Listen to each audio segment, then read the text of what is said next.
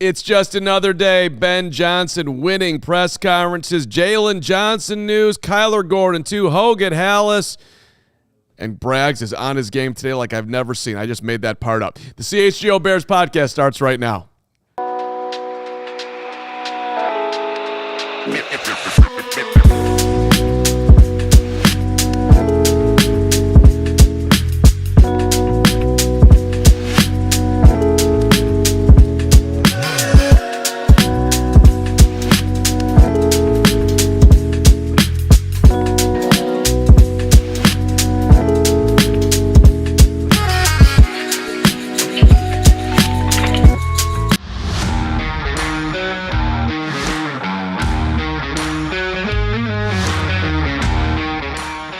With a good snort, we are off and rolling on the CHGO Bears Podcast on, I gotta say, just a very smiling, happy Wednesday here listening to Ben Johnson. Doesn't that put you in a good mood? The CHGO Bears Podcast proudly presented by our friends at Bet365. Download the app, use the code CHGO365.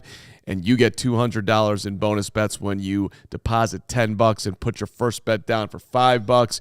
Welcome in here on a Ben Johnson, Adam Hoge at Halas Hall Wednesday. Gregory, hello. Looking fantastic over there as always. Thank you. The P today stands for positive. Positive. There we go. It's a positive Greg. All right. So breaking news on the show. As before we go out to Hoge, you yesterday bullied Hoge.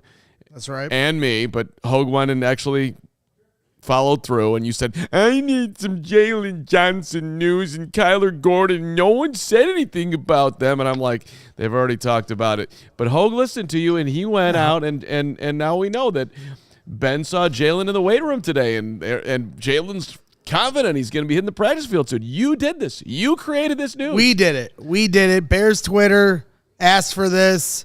Bears Twitter said, bully Adam Hoge into getting us some answers. So I had to yell at him yesterday. And today he comes through in the clutch as Adam Hoge does. Got us some answers. And now articles are being written about it. Headlines it shows. It's paving the way of the national spotlight. Yeah. Yeah, no, Patrick Finley, like 1 second after it was out of Hoge's mouth, he had it written on the Sun-Times. Shout out Finley. Hoge, by the way, looking very Olympic-y today. When you decided, Hoge, on your one question to Ben Johnson, how much did you weigh not asking Greg's question and just lighting up all of Chicago with this amazing news? Yeah, we got the curling Olympic trials going on right now, so that's what we're focused on here in the middle of the day on Team Dropkin versus Team Schuster going for the Olympics right now. I know everybody cares. I planned my whole day around this. I sat in the front row, got to ask one question. Honestly, it was really the only question I had, so it was fine. And technically I asked two because I didn't let Ben off the hook. I had, it was good follow. I had to hold him to the short term Kyler, but I'm not really here to take credit because I was still right. He gave the same answer he's been giving every time he's been saying this, that Jaylon – but the new thing was, yes, Jaylon is in the weight room. So, which I also said. I saw him in the locker room a couple weeks ago. He's been back in the building. It's been good. Jaylon Johnson, barring a setback, should return at some point this season. Kyler Gordon should return before him. I think the question becomes, guys, will it be next week or not? Kyler is eligible to come off of IR after this Vikings game for that Week 12 game against the Steelers. There hasn't been any commitment to that, so I don't think we should just assume because Ben says it's short term that it's automatically 4 games he's back. And honestly, CJ Gardner-Johnson probably buying them some time. It was kind of jarring. I went to look up Kyler's game logs, and for some reason, I don't think I forgot, but he's only played in 2 games this season. 2 games. 1-2. There was somebody on the show that said when they signed under the extension, that injury stuff's a little bit concerning. I didn't think it was this concerning, but it's been more than concerning at this point. Yes, Well, go ahead. Talk about how right I was. Whoever that guy is, we can never hear him over his harmonica.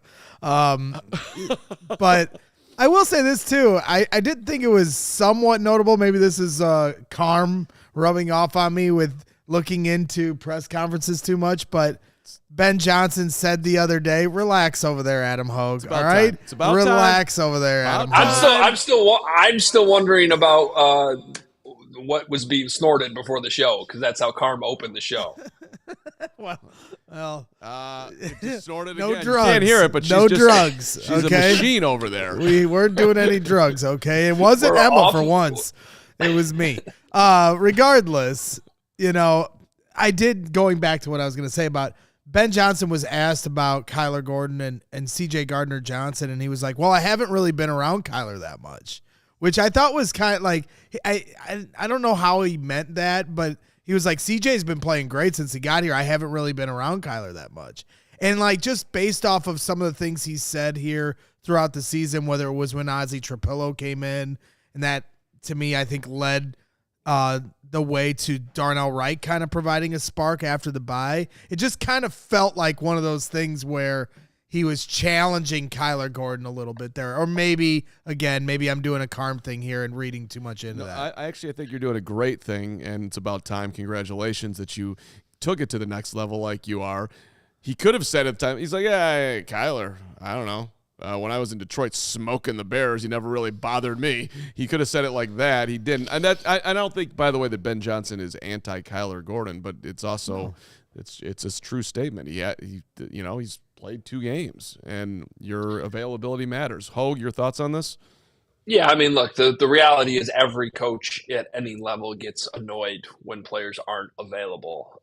So both things can be true, that there's a little bit of a challenge here. Hey, these soft tissue things, take care of your body. We got to get this figured out. We're paying you a ton of money. We gave you a contract extension.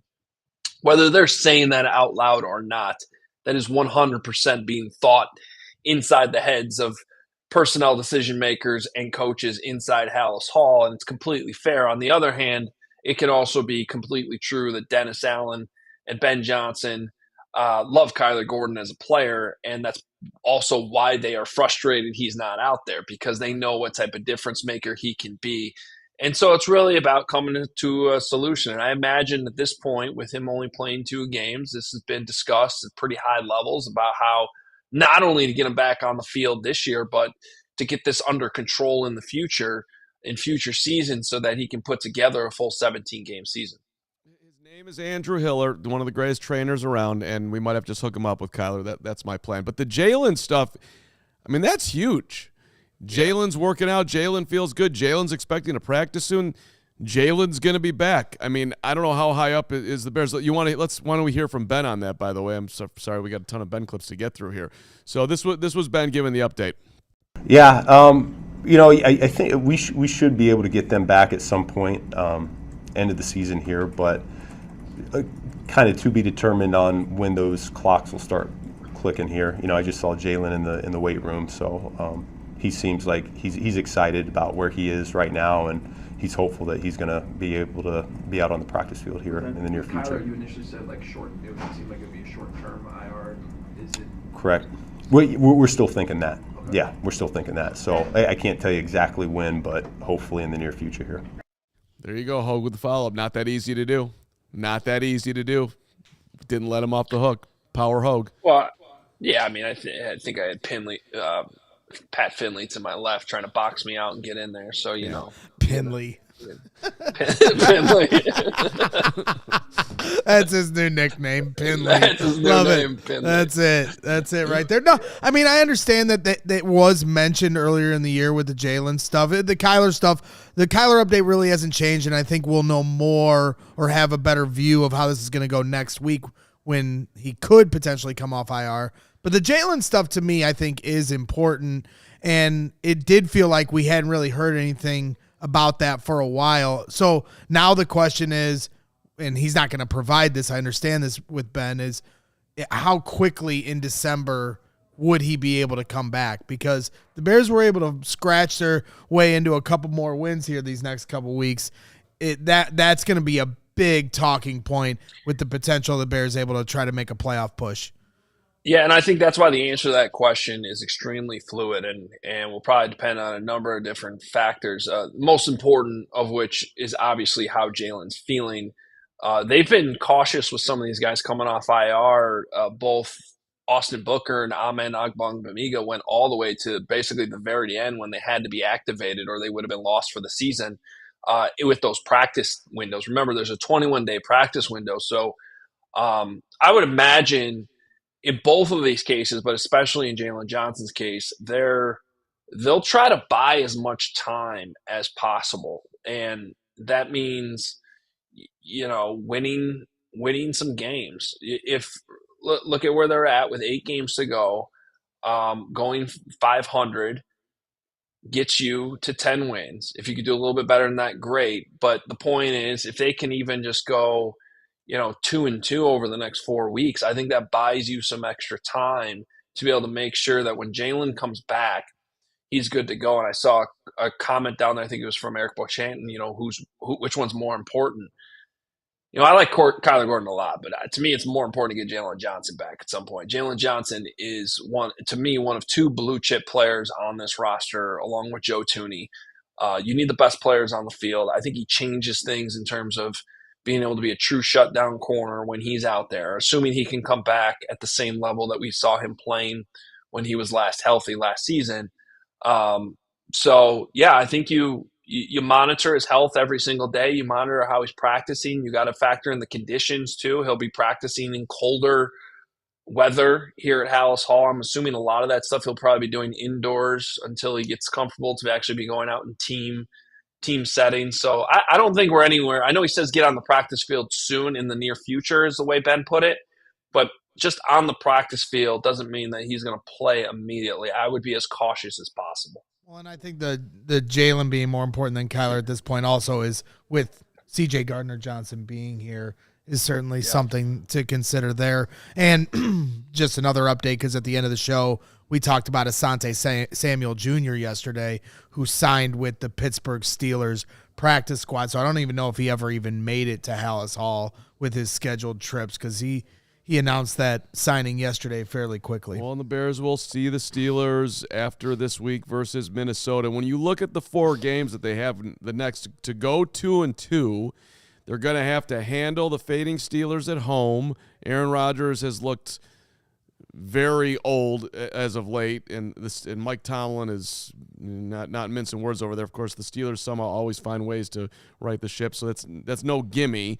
They're still in first place, although who knows how long that will last. But you got to go either win at Minnesota if you get Pittsburgh, and or win at Philly on Friday after Thanksgiving, and or win at Green Bay. So, I mean, this 4, if you come out of this 2-2, you're in a great shape, because then you get the Browns, you get the Packers back at home. You would think that'd be a lot easier easier than on the road, although they, of course, won in Green Bay last year. And then San Francisco, another tough game on the road. Does feel 2-2 minimum is where you need to be here. Well, it's a tough stretch. The schedule's obviously now kicking in, but big one this Sunday. Yeah, right. Can you get this Sunday? By the way, why don't we play Ben on how this is a different team right now? Because I mean, when you credit to Ben and the coach staff, just think about what we're talking about. Kyler's been on the field for 2 games. Jaylon Johnson has played 20 snaps all season long. TJ Edwards, huge part of the defense. Hand injuries, hamstring injuries, in and out of the lineup. Dio's done for the year, didn't get much from him. Grady Jarrett, knee injury, generally invisible. Austin Booker, MCL sprain, 7 games he missed. Barely been on the field. They're 6-3 with all of that. It's pretty impressive. So here's Ben on them being a different team. Well, we found out a lot about ourselves over the course of the season so far. We're a different team than we were week 1, and so is Minnesota. So this will be a completely different matchup as far as I'm concerned. I have, the trust level is grown for a number of players in our coaching staff. I think we really can hang our hat on a number of guys now at this point and feel really good about what we're going to get on game day. And so, and then you look at offense, we're running the ball a little bit crisper and cleaner. I think the backs have a better feel for what we're asking them to do. The O-line has started to gel. I think Caleb's got a better understanding of what we're getting done. And then on defense, it's really the same thing. I think the longer you're in the scheme, the more comfortable you are in terms of what the coaches are asking to do. I think we've up front done a better job of trying to play physical and shed blocks, and that's got to show up here for the second half of the season. So he basically complimented the entire roster there. Hoge, who do you think he's talking about? There's a number of guys we can hang our hats on right now. Did that stick out to you at all? Yeah, and I'm going to look at it more offensively because I imagine that's kind of what Ben was thinking there too. But there's a ton of things I can point to. I mean, first of all, the left tackle's different from week one, right? Braxton Jones was the starter at that point. Now Theo Benedict. I think across the offensive line, there's more cohesion and chemistry. Darnell Wright's playing at a much different level on the right tackle side. Look at your skill position guys. Colson Loveland, non-factor, first game ever, week one. Now he's a part of your offense. I think that's one of those guys they feel like they can trust now. Luther Burden, it feels like he's where Colston was a few weeks ago, where it's like you can just sort of feel this breakout game coming. It might be Sunday at US Bank Stadium in Minnesota on that fast turf. I could totally see that happening. They didn't have a run game in week one. The stats are horrible. The success rate's horrible in that game against the Vikings back in week one. Now they do have a run game. And all of those things I mentioned there doesn't even mention the fact that I think you can make an argument Caleb Williams has been the best quarterback in the NFL the last 2 weeks. So, when he says they're a much different team, I look specifically on offense, and I think that you can it's not hard to look at how different they actually are. They're a much better team offensively. I just think they still need to be more consistent. Another thing I'd say is we knew week one going into that game they were going to have a ton of pre-snap penalties. Massive problem in training camp. You could pretty much guarantee it going into that game. Sure enough, they did. Now, has it been fixed? No. Is it better, though? Yes, it has, and it was definitely better last week against the Giants. All right. I mean, Hoge's wrong. He hasn't been the best quarterback the last 2 weeks, but the fact that you just had that take should have led the show. I mean, Matthew Stafford's out of his mind the last 2 weeks. He's thrown 8 touchdowns, no interceptions. He's got 560 yards. The guy's looks like he's 25 years old in his prime. But you couldn't just let him have that. No, I could not, because we have to. But just even if the fact that he's able to say that is freaking awesome. Doesn't really matter if it's accurate completely. Well, I said you could make the argument, and so you could go to a website called pff.com and see who the highest graded quarterback is the last 2 weeks and look at it that way. Or you could just look at who's thrown the most touchdowns like Carman just did in 30 seconds as he had a horrific look like he wanted to vomit when I said that. He's a box score watcher. Yeah, and I don't know, putting up 42 on the Niners, that's just nothing. Nothing. Stafford. He's been certainly Stafford's out of his mind. He's certainly been the most. How did you turn that into Hoge hates Stafford? I didn't even mention Stafford. I turned it into. That was the most bad faith turnaround you possibly could have done there off of a random throwaway comment I put in there. Well, you're not a Stafford guy. I'll say this much. I mean, I think it's obvious Caleb's been the most clutch quarterback the last 2 weeks of the season. And I also will say, just based off of what Ben said to the team, hey, if you don't believe it, the best is yet to come. And, I think Ben Johnson had a lot of belief in Caleb Williams when he took the job coming to Chicago. But I think that belief in what they can be together now is as high as it's ever been. I think that goes without saying, and you hope that just continues to climb. But there's a real belief now between those two. When you saw some of the interactions they had with the NFL film stuff behind the scenes in the locker room, I think you can really see that bond forming in a very, very strong way. So that was the greatest video that I've seen this year. That we could talk about that coming back here, along with unbelievable comment, just super complimentary to what Antoine Randall Ellis meant to this team, which apparently Randall Ellis talks to the team on Fridays. Ben kind of underlined that. Really good stuff. So we'll hear from that, more from Hoge, but first. Hey, shout out to our friends at Bet365, the early payout offer. That could be in play this Thursday night. The New York Jets, a 13.5-point underdog to those New England Patriots. They're, remember when this? It's a big number. Yeah, yep. That's a big number. Drake May over Justin Fields. Okay. Hey, Thursday Night Football, you got the $10 safety net bet. Sunday Night Football, there's a $365,000 jackpot. And there is always breaking news from Bet365. You now get $200 in bonus bets when you bet $5, win or lose. You sign up, use the code CHGO365, just like yours truly did.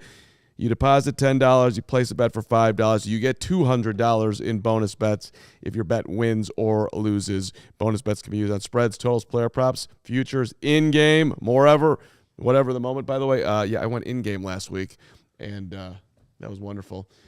Go Bears. Yeah. Bet them when they were, just believed in them. Believed in them, Gregory. You got to be 21 or older if you or someone you know has a gambling problem. Crisis counseling referral services can be accessed by calling 1-800-GAMBLER in-app only. That's right. It's good to be right with our guys at Bet365. And when you're right, then you can get yourself started on Arena Club. And if you're ready to level up your collection and get started on trading cards, Arena Club is the place for you. They have original slab packs that bring the thrill of ripping packs combined with the power to buy, sell, and trade all in one place. And that's the great thing. I mean, we all grew up loving our cards, but they take the whole thing to the next level on their digital platform. So make sure right now you can get 20% off your first slab pack or card purchase by going to arenaclub.com/CHGO and make sure you use the code CHGO. You never know what card you're going to open, and then once you get your card in there in your digital space, you'll have people offering you big money for your cards. So make sure you get them with our good friends over at Arena Club. All right, we'll get to Antoine Randall, Allen, Ben Johnson in a minute here, but Hoge has done some research along with Greg Braggs, who... What did I do? Well, you answered the call of Bears Twitter, who wanted questions answered about Kyler Gordon and Jaylon Johnson. Mm-hmm. And you put it on Hoge, you put it on Carm. Hoge went out and got it done. And now Hoge got an email about the middle eight, which is Hoge's favorite thing, the middle eight, which, of course, is the last 4 minutes of the first half, first 4 minutes of the second half. So somebody emailed Hoge. Hoge did some research, and now Hoge is here to deliver for the people, which is what we do here at CHGO Bears. Yeah, I got this email from Michael Core. Shout out to Michael Core. He, big fan of the show, and he's, heard us talk about the middle eight before, and felt like, without doing the research, that the Bears have been bad in the middle eight this season, despite their record overall. So I looked into this, and really, yes, it's the last 4 minutes of the first half, first 4 minutes of the second. And what it really is the way I call the middle eight is really your last possession, or your last full possession of the first half and your first possession of the second half for both teams. How they handle that, because in the middle of there, you could possibly lose a possession because of how the coin flip goes at the beginning of the game. Teams often have a chance to double up. If you have possession of the ball and you're going to get it coming out of halftime, that can be a big swing in a football game, kind of the equivalent of a turnover, right? Just getting two possessions in one. So I did look into this, guys, and there is a lot of truth. So overall, so far this season, the Bears have been outscored 60-47, which is a minus 13 point differential in how I would define the middle eight. Your last possession of the first half, your first possession of the second for both teams. If you were to just define which team won the middle eight in this game, do that over the course of the 9 games, the Bears' record in the middle eight this season has been 2-5-2, meaning they've won the middle eight twice, they've lost it 5 times, and they've tied it twice, because in the Vikings and the Commanders games, both teams got field goals in the middle eight, so it's basically a 3-3 tie. Now, here's what's concerning. Sorry, you have a follow-up? Well, I'm just curious, did they win the 2 games that they won the middle eight, and did they win the 2 games? They've won a lot of these games, so maybe the middle eight is useless and none of this actually matters. The 2 games where they won the middle eight convincingly, which also I think has actually inflated the point differential. I think it's actually worse than even the minus 13 suggests, because in the Cowboys game, they won the middle eight 14-0. In the Raiders game, and this is actually a good argument how much the middle eight matters, they won that 10-0. Remember, they got a field goal before halftime, and then they got that takeaway right away, and they went down and scored a touchdown. That was huge in that game in Vegas to even be in that, to have a chance at the end. But here's where I'm concerned, and probably why I got the email from Michael. The last 4 weeks, the Bears are 0-4 in the middle eight, and have been outscored 44-10, minus 34 point differential. Now, in 3 of those games, despite the middle 8 losing by that much, think about the Saints. Remember, they let the Saints back in that game. They're up 20-0. They lost the middle 8 14-3, and all of a sudden New Orleans is back in there. Same thing against the Bengals. They got outscored 14-7. Last week against the Giants, that's where things started turning in the Giants' favor. We thought the game was going the wrong way. They got outscored 10-0 in the middle of the game. So if there's one area, if I'm Ben Johnson, that I really feel like, I can, turn some of these games where we've had an early lead and put these teams away earlier. Stop screwing around halftime, right? They've been pretty bad in this middle part of the game over the course of the season, but especially in the last 4 weeks, where I think that the point is, it's awesome they've been able to pull out these games, but I don't think these games would be as close in the fourth quarter and be as necessary for it to come down to the wire if the Bears could figure out this middle part of the game, take better advantage of it, and feel more comfortable, have more control over the game in the second half. So you can go glass half full, glass half empty on this one. Glass half full would be like, look, fixable, and you do fix it. How high is up? The other side would be like, that's a really bad sign, and maybe that's, it's going to cost him. But are you going to ask Ben Johnson about this tomorrow? Because that would be an interesting. Well, that wouldn't be tomorrow. It'd be Friday, right? No, that'd be. Yes. Right. You're right. Yes. Good point. So that would be me on Friday. Okay. Are you going to ask this on Friday for Hoge? If Hoge did this for us. Sure. We got to start bullying everyone into questions. I mean, I think this is super interesting. This is a good job. Who emailed you?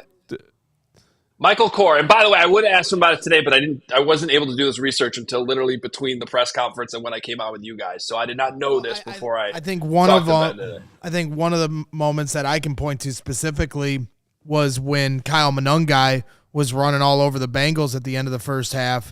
You have an opportunity to get a first down on 4th down, and they threw it, and now it goes back the other way, and that I think led to the big touchdown for T. Higgins was right before, I believe, correct me if I'm wrong. I've kind of let's see, I got it in front of me. Giants got a field goal before halftime, and then they scored a touchdown on their first drive out of halftime. But I'm talking I'm talking about the Bengals game. Oh, I'm sorry. Yeah.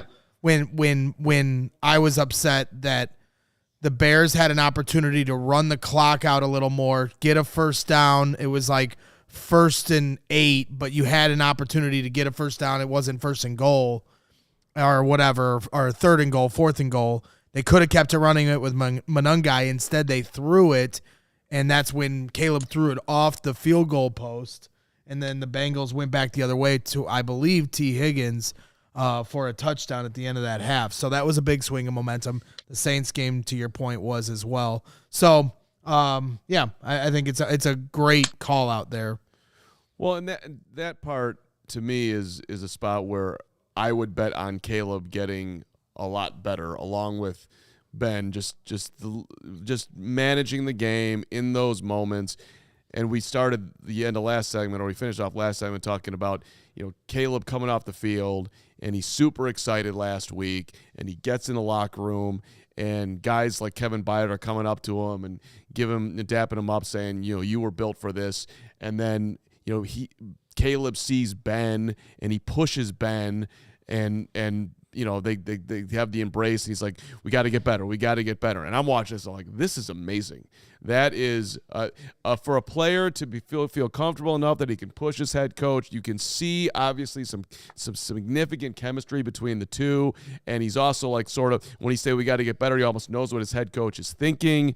That is quarterback head coach simpatico, which is the whole point of this season. And that is a huge win for the Bears.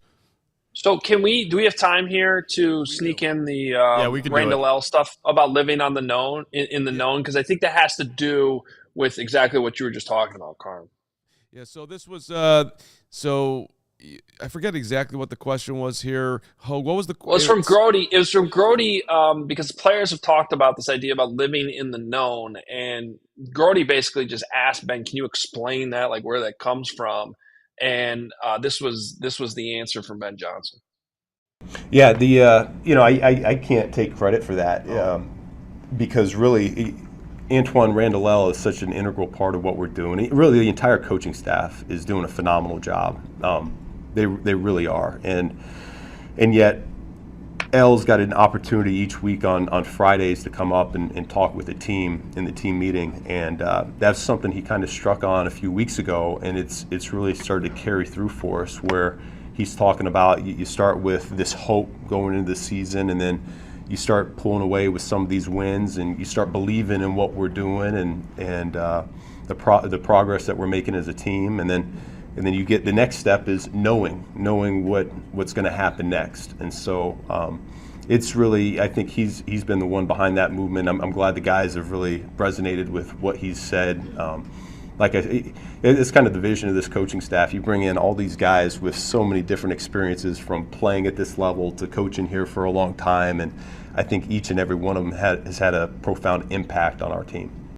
So that's a great underlining of what's going on, not just with Ben, but with his entire staff, which obviously Ben gets a ton of credit for that because he put the staff together. But big time for Antoine Randall. Hit the like button for the coaching staff and what Ben's put together. Hit the like button for Hoge at Halas and his 8-minute breakdown, the middle 8. Let's try to get to 100 likes before Hoge gets out of here. But what's your thoughts on the way he just underlined the Antoine Randall Friday factor, if you will? Yeah, first of all, I think that's just cool to hear that nugget, because remember, Antoine Randall does have that assistant head coach title, and you always kind of wonder, like, what does that mean?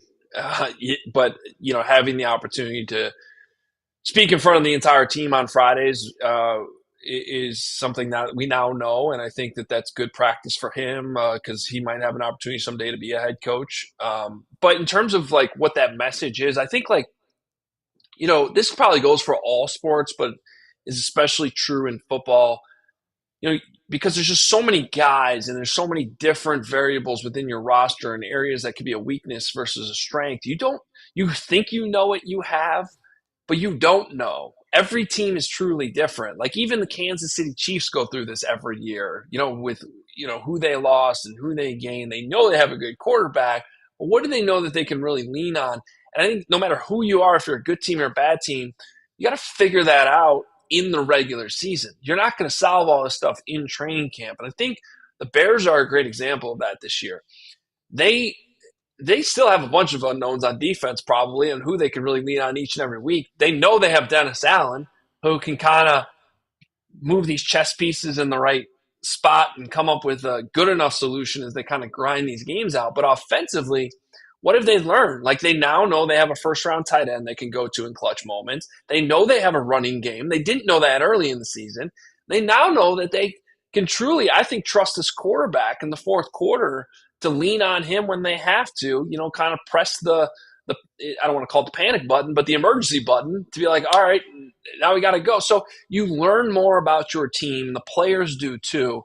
And, even at the high school level, probably go through it even more so because your roster turns over so much. Same thing in college. And, just to give an example, like we lost this heartbreaker to Montini this year, 52-51. Is one of the greatest high school. It's probably the greatest high school football game I've ever seen. We lost on a 2-point conversion at the end. And, I really felt like we learned in that game that can hang with anybody. Okay, we didn't know this a few months ago. Now we know that like we can hang with any team in the state. And now, do you ever know everything? No, you don't. And once you get to the playoffs, now there's all these other new unknowns. Same thing in the NFL. Did we know it was going to be 36 degrees and pouring rain Saturday night and kind of mess with everything? No, you don't. You got to try to play through that. Now the season's over. But I think that's the point of what Ben Johnson, Randall L's talking about here. These players are talking about how much more they know about their team now than they did a few months ago. And the same thing goes for us, talking about them on a daily basis. And I love that part about football. And by the way, it's still only November 12th.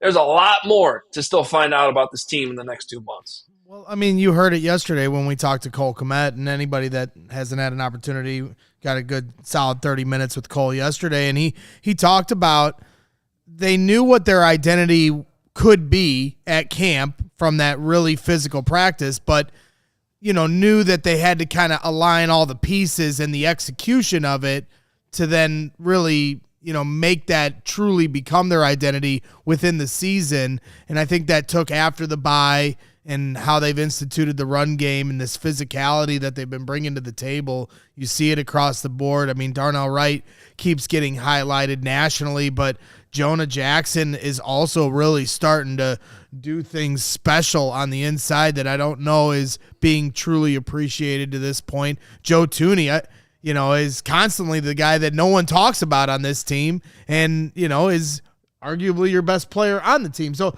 I just think there is an identity with this team, and taking it back to Antoine Randall, he is also the guy as the team comes running out the tunnel that hypes them up as they come out.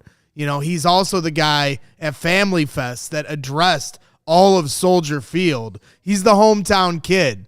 He's the guy that played in one of the greatest high school basketball games ever played in this state. He's the guy that went on and played quarterback in college, won a Super Bowl as a wide receiver, with the Steelers, threw a touchdown pass in the Super Bowl. He's been there and done that. And I think coming from the Detroit Lions organization and everything we've seen from them the last few years of how the players respond to guys that have been there and done that, to have him addressing the team on Fridays as a rally cry of how they're building this momentum of belief.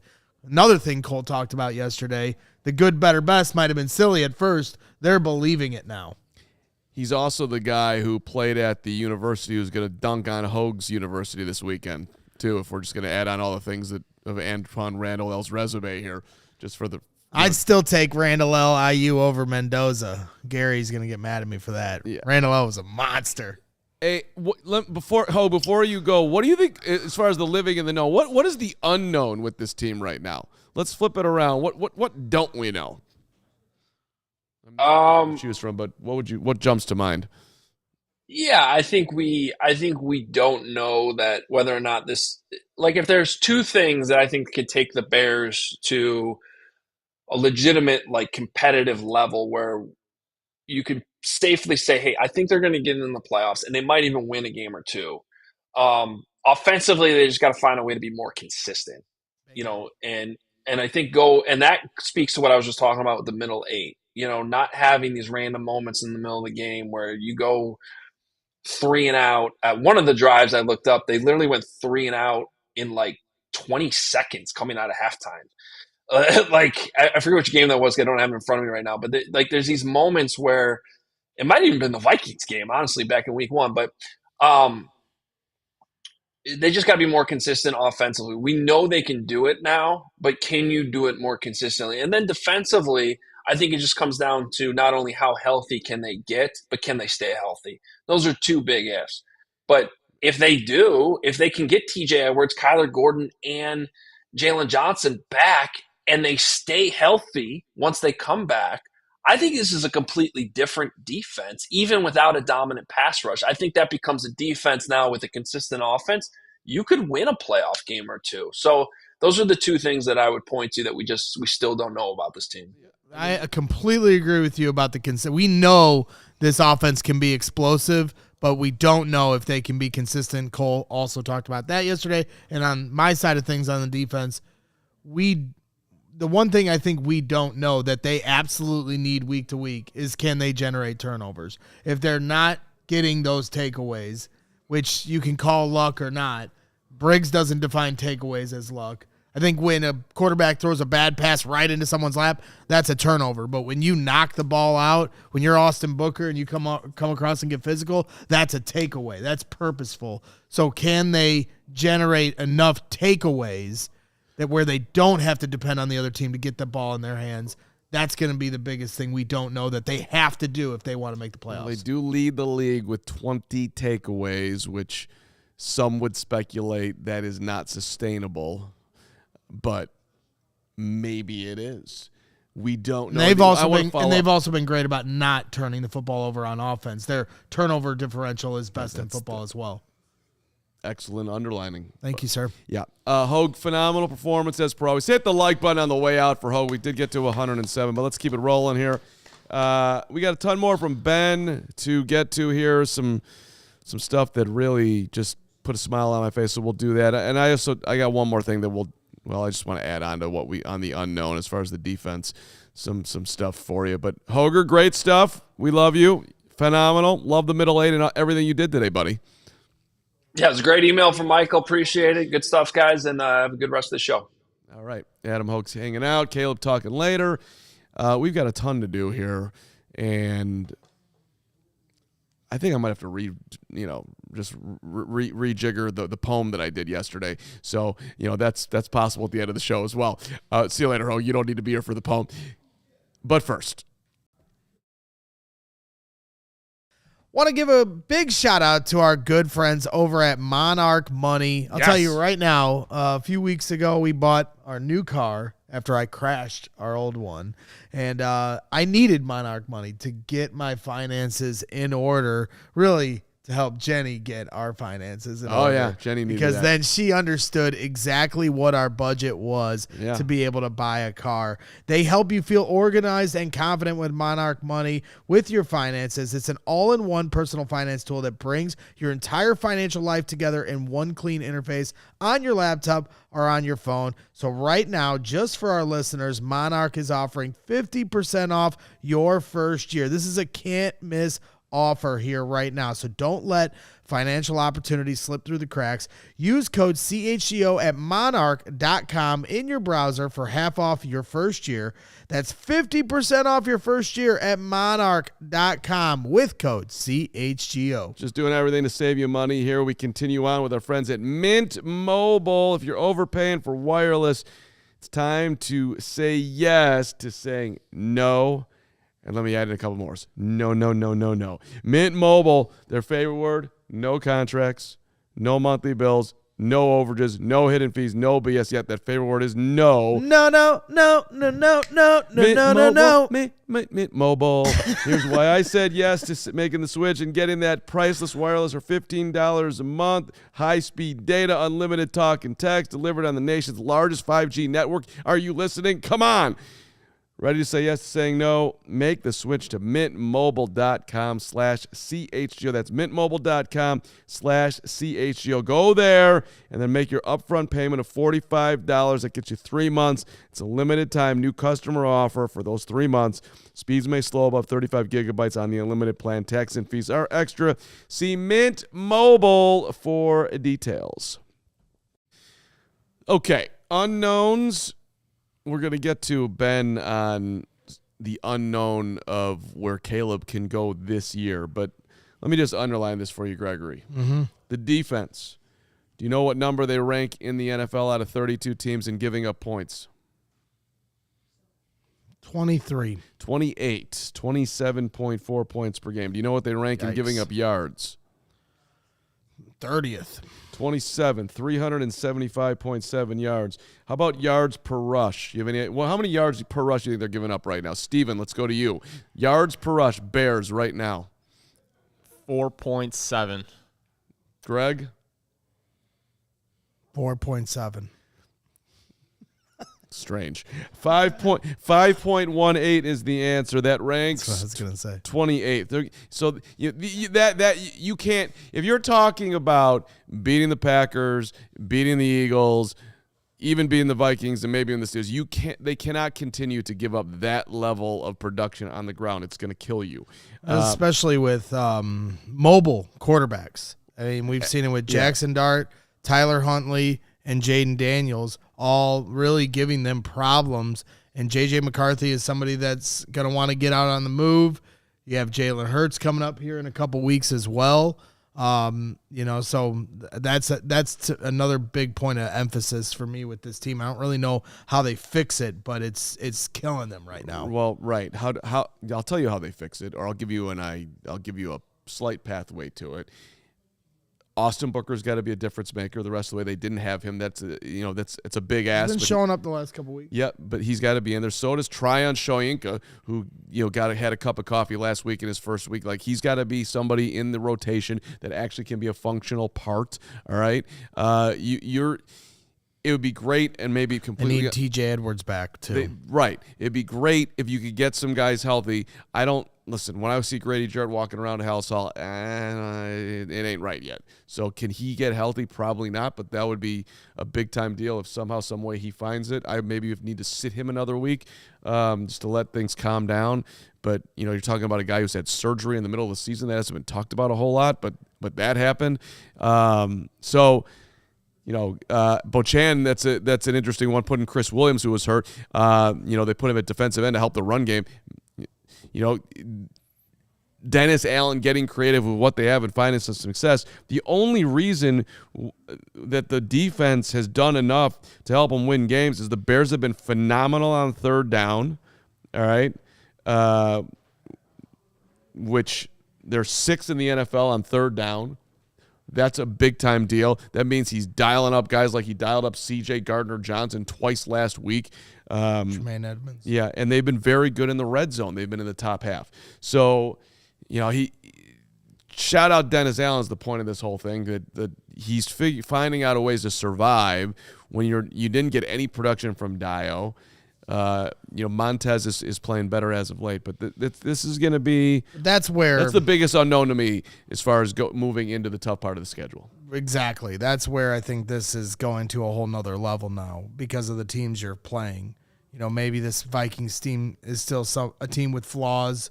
J.J. McCarthy certainly didn't have a great day at the office last week. I think I just read on Twitter that he hurt his hand on a player's helmet last week, so he'll be wearing a bandage at practice all week. I'm sure he's fine, but something, I guess, to keep an eye on. Regardless, the teams you play the rest of the year, I have very little confidence that this defense is going to have like a resurgence or look different than we've seen.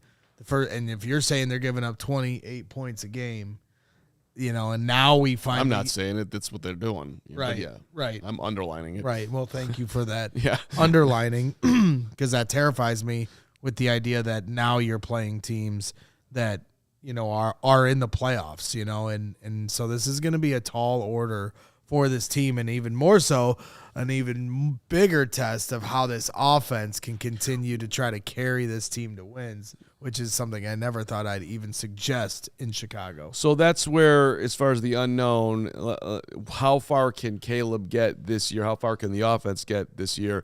This was Ben Johnson talking about Caleb's next level, and he's asking him to sort of not use his legs too much, but be and hang in the pocket. This was interesting. Is this where he jokes? No, this is not where he jokes. Okay, just making sure. Yeah. Sorry. Oh, shoot, I don't think so. I don't know. I think he's getting more confidence with the guys up front. The more he's out there, the more he sees it on tape. There's a few chances in there too that we stay in there just a tick longer and we deliver that football even when the house is burning down. And there's a couple last week that we felt that way. There's a couple of the week before that way as well. So when we talk about it with him, you don't want to take away that natural instinct that he has, but yet there's a little bit of, man, if we stay in here, I think this unlocks even more of your game, and we'll have some more explosive plays potentially. And so we're working through that, and I think he's right on track with where we had hoped we would see him at midseason right now. So great compliment at the end there that he's right on track. It was a question from Courtney Cronin about how he's functioning and being successful moving around in there. And I just thought it was interesting with Ben saying, like, hey, there's more in front of him if he can just hang in there and allow himself to see it, which takes time to just be able to feel comfortable when, as he put it, the house is burning down and you just instinctively know, try and understand this at least, instinctively know that someone's coming open or I'm going to find somebody, versus using his legs, which has been very effective for him lately. Right. I mean, as he said, something they're still working through, and yet they're right on track because you don't want to take that away from him because he probably saved you from 8 sacks. So you can't have your cake and eat it too, and when you say, all right, hey, you could have stepped up here and a guy could have came open as opposed to rolling out and trying to figure it out that way. At the same time, if you coach that too hard, now you're taking a few more sacks last week than you wouldn't have otherwise because he's too honed in on trying to stick to what, staying in the pocket does for you. So there is a balance that I think you have to consider with that because there is very little, if not any quarterbacks that could do what Caleb did in terms of avoiding sacks last week. His escapability, everyone's scratching there like, good God, dude. It was hilarious. We put a graphic out this morning because he was asked about sack avoidance, and Ben said he's second to none with it. And so our social team and Emma was making a graphic, and we were trying to pick between a few pictures. And each picture that we used or thought about using, it looked like he was being sacked. And the fact of the matter, they were pictures from the Giants game. And the craziest part was they were dead to right sacks in this picture. And if I had told you showing these 3 or 4 pictures that he got out of those, you just wouldn't have believed it. It's impressive. Yep, no question. And Caleb's aware of it, though, is what we were talking about earlier.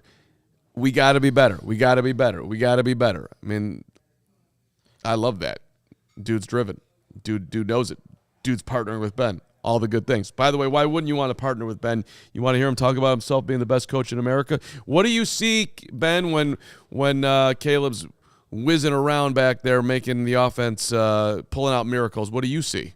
I'm thinking I'm the best coach in America. That's a hell of a play call, wouldn't it?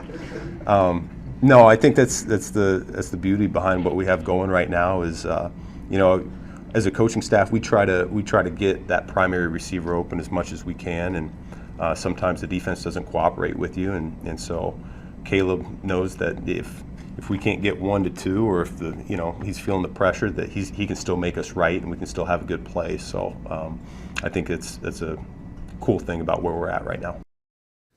That put a smile on your face? Yeah, absolutely. And this was something we were talking about, pre-show, kind of just listening to Ben Johnson here throughout this press conference, but he has completely exceeded my expectations as a fan. I was excited for Ben Johnson to come to Chicago, knew what he was fully capable of as a play caller, had my questions about how he could be as a leader in this locker room, and everything that I've seen from training camp day 1 to the halfway point of this season has completely blown me away and exceeded every expectation I've ever had. They are the most explosive offense in football. They have one of the more united Bears teams that I've ever seen. Good, better, best. The hardcore rallying cry. You've got Caleb Williams dialed in after one of his best games he's ever played from a clutch standpoint, saying, I need to be better. These guys are focused. These guys are believing. These guys are all playing as one. No block, no rock. Every single player on this team is epitomizing that, and it's all because of Ben Johnson. He 1,000% has completely exceeded my expectations from a leadership standpoint and a play caller. Well, look, let's underline how we've gotten to this point, that the players are as invested and believing in Ben. He talked very directly, extremely early about what was good, what was not good, and every time he would put something out there that perhaps might not land particularly well as far as being direct, he also would just come back and with the belief in his guys. Even when they were at 0-2, his whole message going into week 3. What about if you lose this? Or he's like, what are you kidding? We're focusing on getting our first win. That's what we're doing. So he's in it with them, and he calls it straight. There's just it's so unbelievably refreshing. It started at training camp when he's telling Luther Burden, like, hey man, need you to be better here. Get off the practice field because you're not lined up properly. No block, no rock for everyone on this team. And then they're highlighting Luther Burden in the preseason games for his blocking. That's where, to me, it started, like, at least for what we could see from a visual standpoint, and the way it's carried over, and, just everything all the way down the line, just getting these guys dialed in. has been so impressive. I didn't know did you want to rank I think we can hold it because I got a little just something. You got some stuff. I got a little something for you. So is it a poem? No, it's not a poem. But I read this yesterday, and I'm just gonna ask you if it sounds familiar. This is from a piece that I was reading. Players openly question everything about the program, from play calling to effort to blowout losses. The injury list then ballooned, preventing the team from putting a competitive roster on the field down the stretch as the losing streak reached a record length. The shortcomings also extended far beyond the on-field product, forced to replace half of his assistants after the second season due to a toxic atmosphere among the coaching staff. 19-0 lead going into the fourth. Denver, epic collapse, kicked off a 4-game losing streak. Does that sound familiar to you? Yeah. What do you think I'm talking about? When the Bears blew that huge lead to Denver to start 0-4 in the season. Everything I'm reading to you is the Athletics piece about Brian Daboll getting fired. Oh, wow. Isn't that amazing? Wow. Daboll showed no interest in protecting one player who could save his job, repeatedly calling design runs for Jackson Dart. It's like whose reckless play style seemed to result in injury. Leading 19-0 against Denver the following week, an epic collapse and 33-32 loss kicked off a 4-game losing streak. When Dart was sent in for a concussion exam, Daboll frantically entered the sideline medical tent to seek an update on his quarterback. Moments later, Daboll berated the head team physician about the delay in getting him out there, who was ultimately cleared. He got fined $100,000. The Giants got fined. That was what was funny earlier, talking about the coaches putting pressure on Kyler to return potentially, maybe not. Well, certainly not Daboll, who's hawking the blue tent and harassing the player and the medics to let the guy come back out. And it's not a laughing matter, but Jackson Dart is now on, I believe, his 4th concussion of the year. I mean, last year, Jaquan Brisker was visibly concussed. The Bears just put him back on the field. Yep. And that it was total BS. It was completely obvious. I mean, I'm just like all this players, and then to go into a players openly question everything about the program, from play calling to effort, after the blowout loss to the Bucs in Week 12 last season. So then they kept the coach, by the way. Same thing the Bears did in a lame duck situation. Stunning fall for Daboll. Shout out to you, Matt Nagy, NFL Coach of the Year in 2022. There's a Bears thing. The Giants 13-38-1 since the midway point of Daboll's first season, which is different, but they both had 3 and 14 years as far as the Flus. And I'll say this much: that Giants job is looking very familiar to the Bears job for this year. With Ben joining the Bears, like I think being the Giants head coach is going to be the hot ticket for potential head coaching candidates with Jackson Dart and Malik Neighbors and Cam Scatterboo, and probably a very high draft pick and some really good pieces on that defensive line, and Brian Burns, Dexter Lawrence. Like they've got a lot there, and if they can have a good coach come in there, I think the sky's the limit, because I'm really impressed with Jackson Dart. Yeah, that's all true, but he's also and I was reading stuff today about a lot of coaches are very interested in that Giants opening. Oh, yeah, and it's New York. Right, so never mind that fact. But regardless, on the other side of it is Jackson Dart's been concussed 4 times this year. That would scare me, potentially. As we get to the top of the hour, he doesn't. Just happening? Not to cut you off, but I understand that definitely is scary, and Jackson has to learn to play a different way. It'd be nice if he comes back this year that they try to institute that here early on now, get ahead of it before the new coach comes in and has to really develop that. But he also isn't the type of quarterback that has to depend on his legs. Like, he can make plays with his arm. I was super impressed by him. And I think they got a good one there, which is maybe why Joe Shane is keeping his job. All right, a couple of news and notes here on the end here. First of all, we are doing the watch along this Sunday, correct there, Steven? That's right. That's right. So all game long, Woot and Braggs and that amazingly good-looking Carm and Hoge and whoever else is jumping in will all be during the game. Bears-Vikings, you can watch along with us. Had a ton of fun doing that a couple of weeks ago. I don't know if we're doing it on the balcony this week or not. I think we're coming inside this week. So It'll be a cool, different setting, which is going to be awesome. So looking forward to that. Looking forward to everybody becoming a diehard and whatnot. Use the code JAHNS Adam Johns. So get yourself hooked up with our $36 diehard offer. You get a T-shirt in the door for that. So you just basically got our content free because that's what T-shirts cost nowadays. And yes, Johns is writing. My grades this week were amazing. I know you read them, Greg. Johns has some amazing stuff up there and discount on everything from our merchandise to our events and whatnot. Believe the Derrick Rose Sweet Night just sold out, so that all went to diehards. But there's Blackhawk takeovers coming up here too. A lot of good stuff. You got anything you want to add on the diehards? No, become a diehard and whatnot. Yeah. Obviously tailgate, obviously tongue in cheek, but the tailgate coming up against the Steelers here in a little over a week after the Bears beat the Minnesota Vikings here. That's going to be the biggest Bears game since 2018. And I don't think I'm saying that mildly there. So go to allchgo.com/events, get your tickets. If you're a diehard, you get a discount on that ticket, but every single tailgate we've had so far for the last 3 years, including this year, have been amazing turnouts. And we're going to have great weather. I promise that. We're going to have no harmonica. I promise that. Nope. No, I'm bringing it. I carry it everywhere I go. Shout out, by the way, to Brittany Acevedo, whose son asked for a Vikings jersey for Christmas, and I told him my card doesn't work on Viking stuff. That's the type of Bears fan we need. Good mom.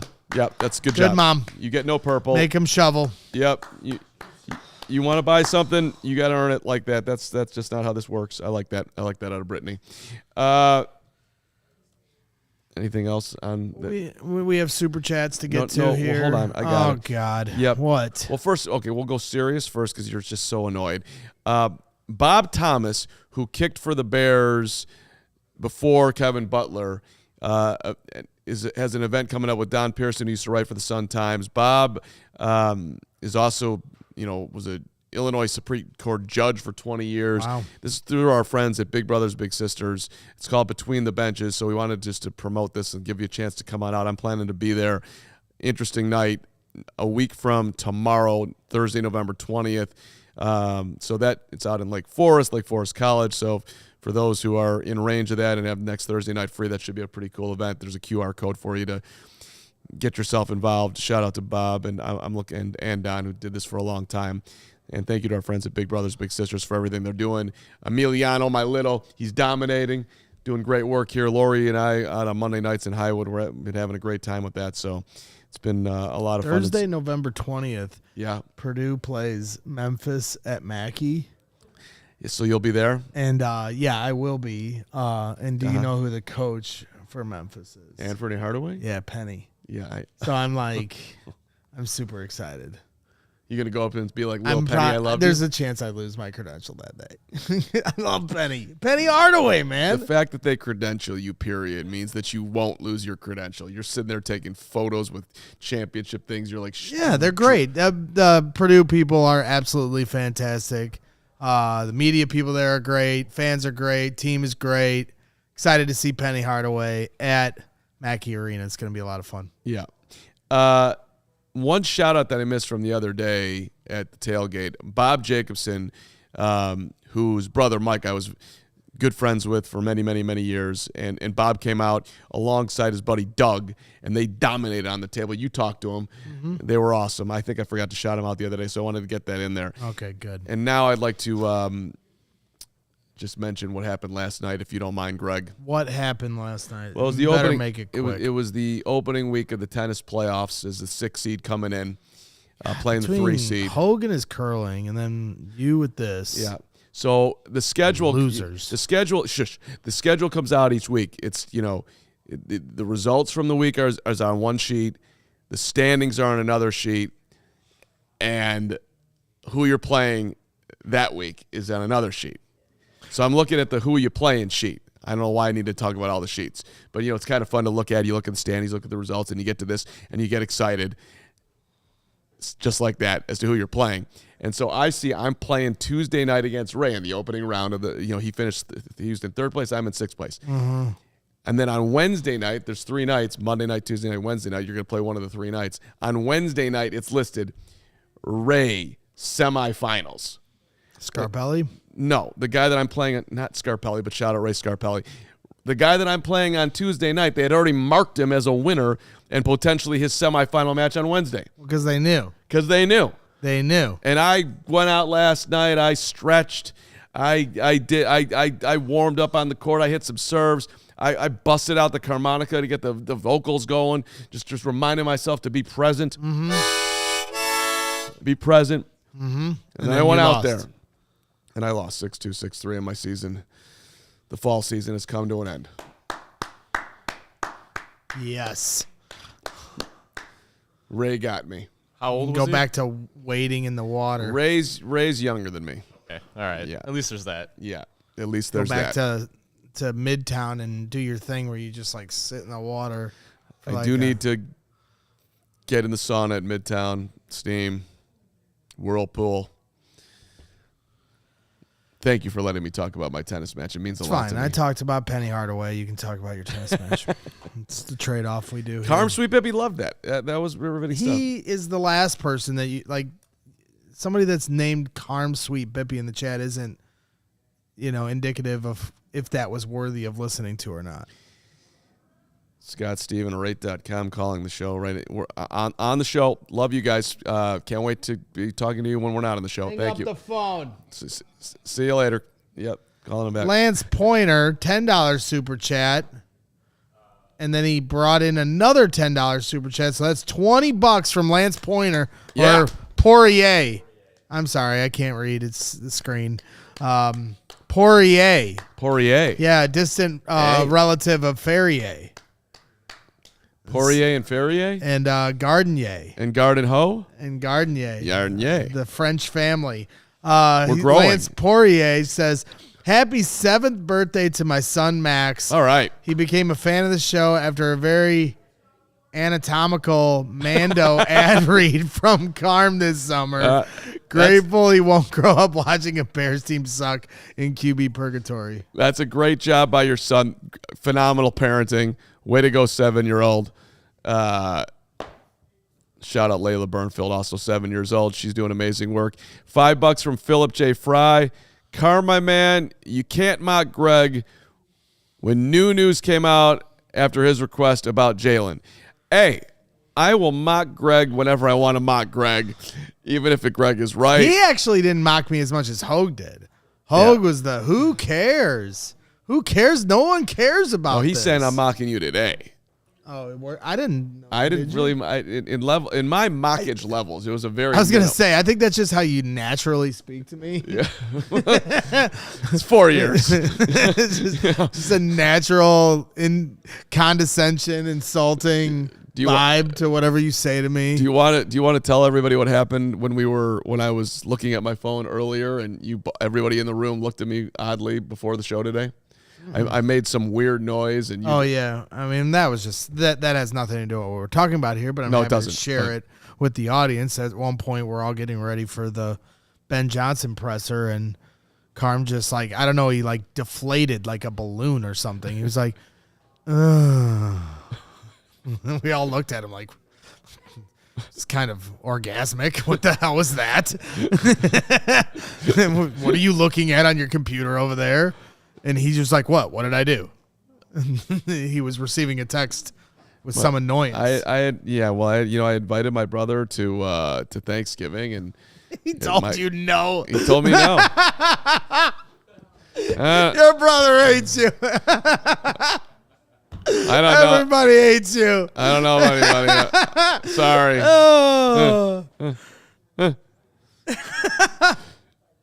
Guys got nowhere to go on Thanksgiving. You want to come with me? No, not really. Okay. I don't take it personally. Hey, Gary Ross, who it's a pleasure to have him back in our chat. Per ESPN, Packers head coach Matt LaFleur said 2-time Pro Bowl center guard Elton Jenkins suffered a leg fracture and is highly unlikely he'll return this season. Never celebrate injuries. Do the harmonica to that news. I'm doing it to Gary Ross giving us news. Okay, good. At least we needed the clarification because that is like I'm a karma guy. You cannot karmonica after announcing someone's out for the year. No, of course not. It was more to Okay. newsbreaker. Our All right. newsbreaker. All right, fine. But I needed that clarification. Yeah. Not he's out for the year with a broken leg. You know, that was bad timing. That was wrong. I apologize, Green Bay. I don't mean that. I want all your guys to be healthy.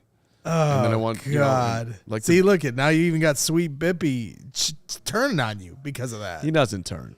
He just did. No. He says, don't quit your day job, Carm, or maybe do. No.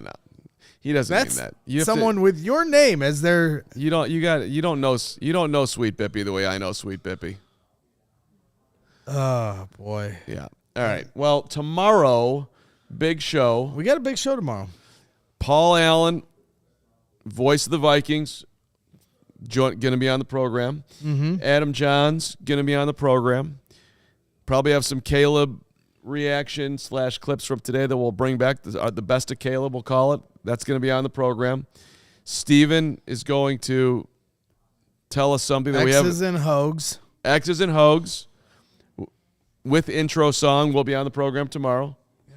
Yep. Paul Allen. That's right, Carm Sweet Bippy. Voice of the Vikings. Yep. Friend of the program. Great dude. Tons of energy. Yeah. And there is no smashing of harmonicas, Guy Finley. You know what, Guy Finley? You got to dial into the best of Guy Finley and just become there's got to be a happy Guy Finley's there somewhere who just wants to hear music and live dreams. He's only angry in the chat. Like if you talk to him in Discord, like on the voice channels, or you hang out I with see him. him angry in Discord all the time. No, but in chats, it's different. Yeah. No, but he doesn't mean anything by it. He's a loving Guy Finley. He's somebody that if I had an opportunity to spoon with him, I probably would consider it. But Like the mayor.